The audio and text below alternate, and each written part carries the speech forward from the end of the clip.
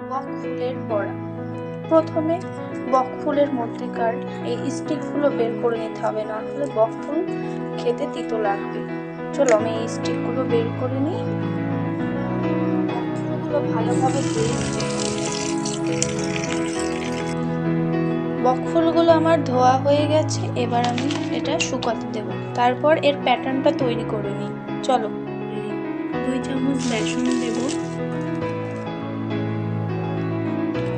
2 চামচ ময়দা দেব ও 2 টেবিল চামচ চালের গুঁড়ো দেব। এবার স্বাদ মতো একটু লবণ দিয়ে দেব, সামান্য হলুদ দিয়ে দিলাম।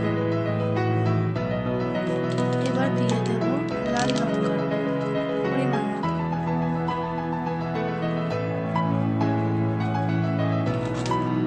সামান্য চিনি দিয়ে দেব। এবার ভালো করে এগুলো সব মিশিয়ে নেব।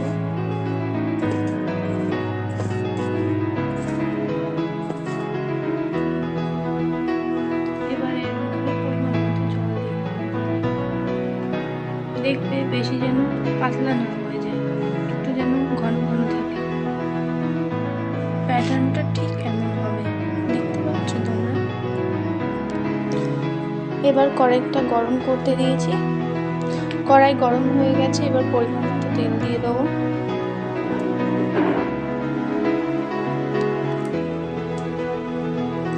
তেল গরম হয়ে গেছে, তেলটাকে একটু নাড়িয়ে দিন। গ্যাসের আঁচটা কিন্তু মিডিয়ামে রাখবে।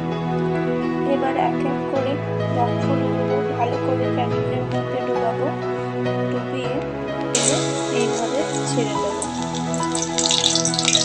বাকি এগুলো এমনভাবেই করতে হবে।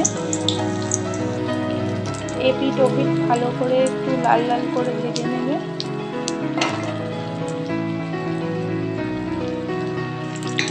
একে একে পরের সবগুলোই ভেজে নিতে হবে।